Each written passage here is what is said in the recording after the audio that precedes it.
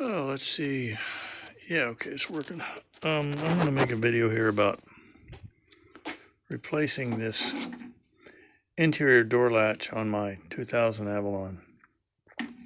This will be the second time I've done this same latch. This is the driver's side. This is the replacement one I just bought on Amazon for 10 bucks. The previous one, the one that's on there now that broke, I bought in August of 2024, so it lasted about 14 months. I'll show you when I get out in the car, but that's the replacement. To do this, I really only need a screwdriver, this pry tool, and a little pry tool to get into the door latch bezel. So let me go out there and shoot that video. Okay, here's my car.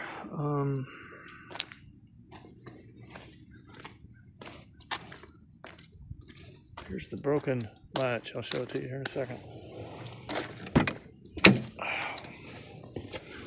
There it is. Now, you can see this latch is not working.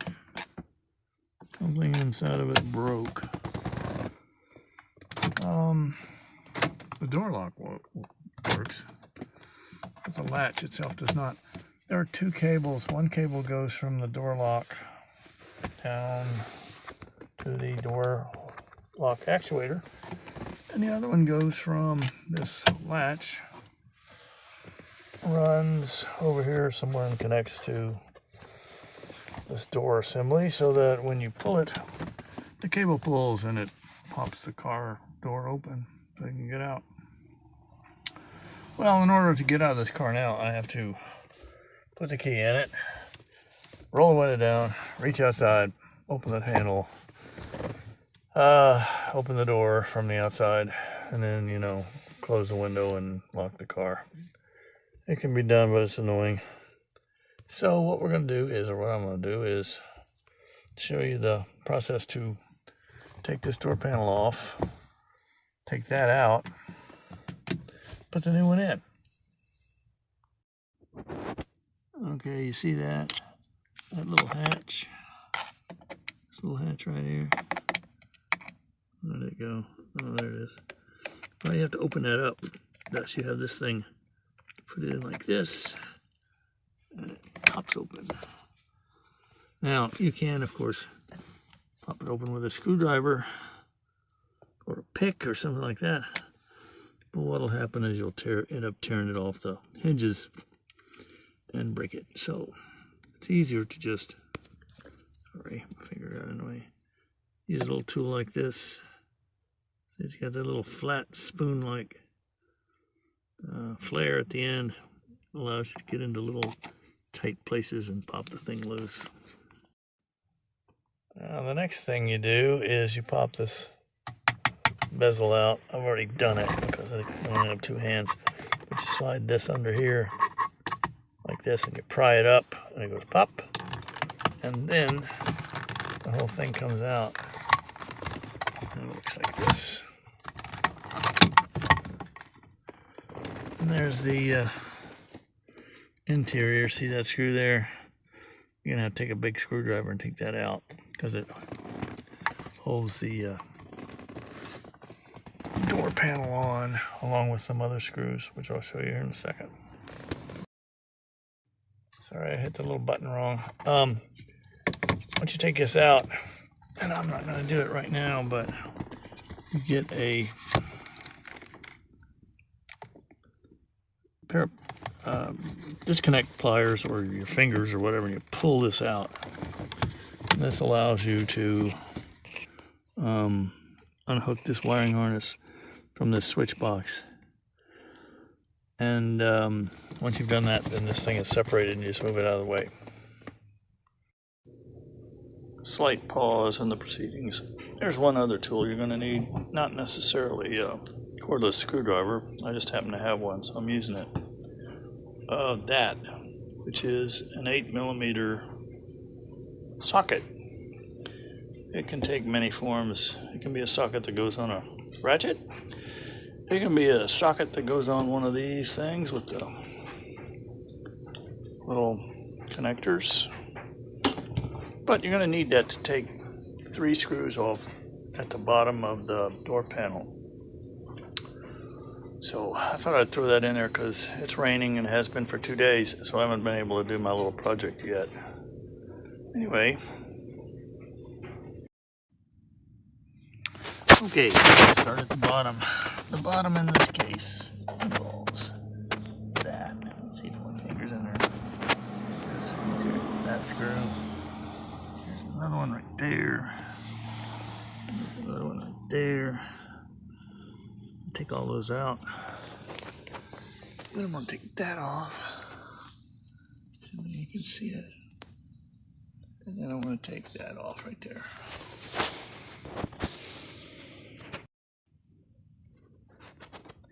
Because the sun's positioned right where I am looking, I put the cardboard over that to block the sun.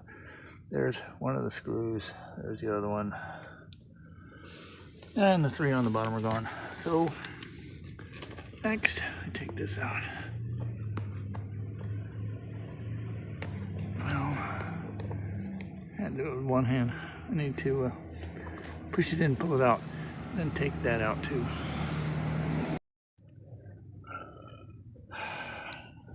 To get these little connectors out, you have to push that center part in. Push it in and then pry under it and pop it out. I've already got one of them out. There it is.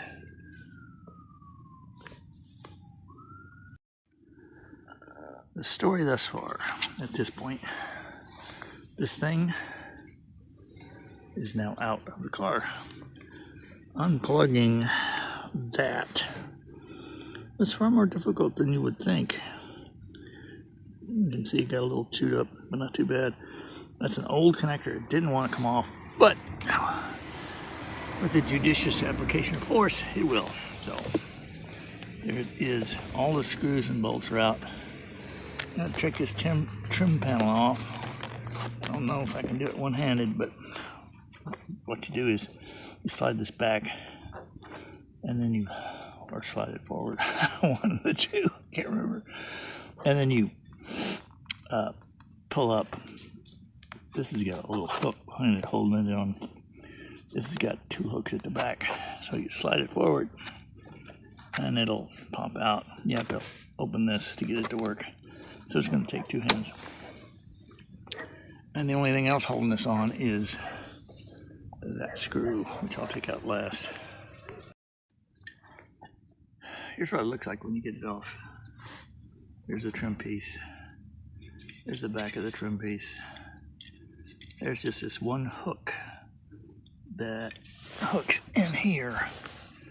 The rest of it is you just pry it out from the back.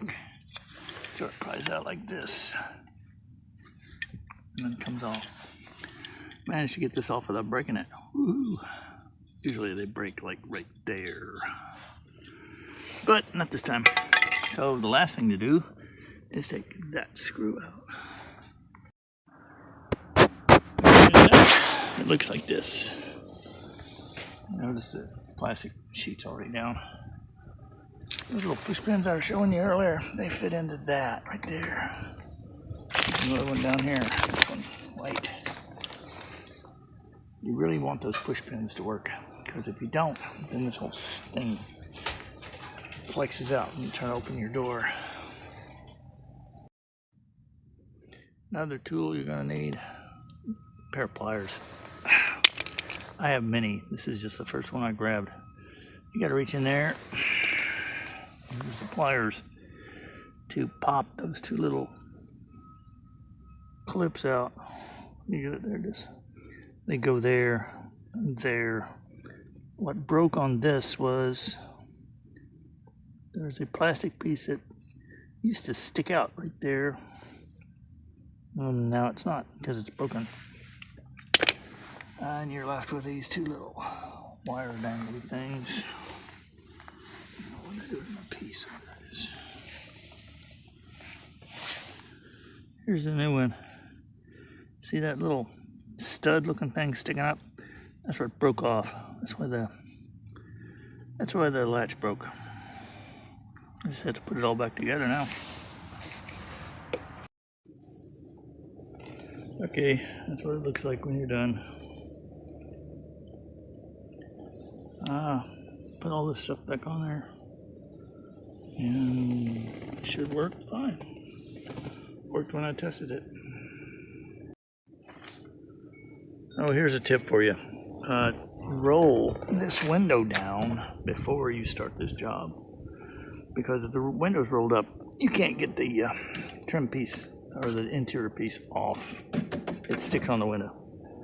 So just roll it down. And once you get all the screws off, it just pops up, comes right off. There's one other connector that you have to unplug. This one right here. It's for the foot light down at the bottom of the interior trim piece. Take that off, and then the whole thing just comes off. And it looks like that.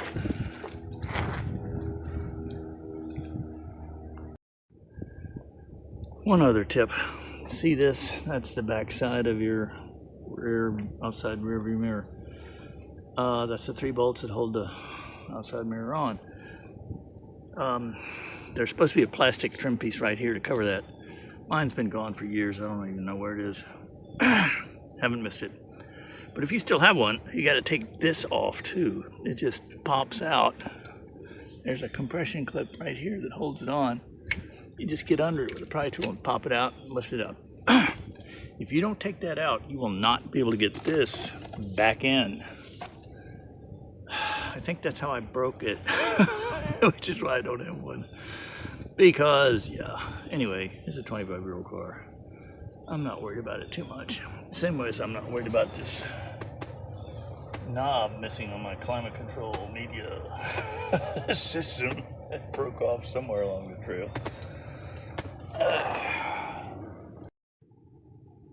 Another tip, when you get this thing back on, that's really just as easy as picking it up, putting it on that rail and setting it down. You plug everything back in, which I've done.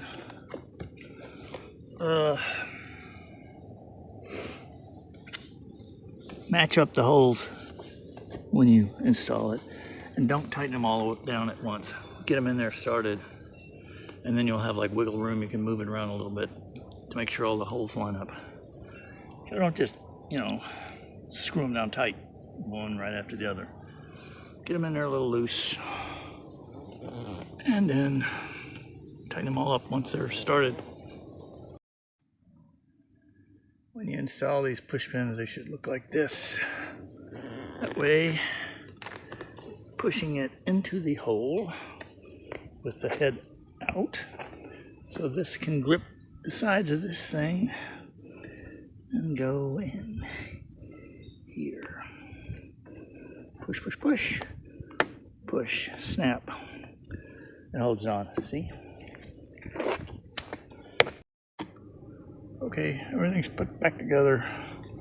Let's make sure the window goes up. The window goes up. The window goes down. The door locks.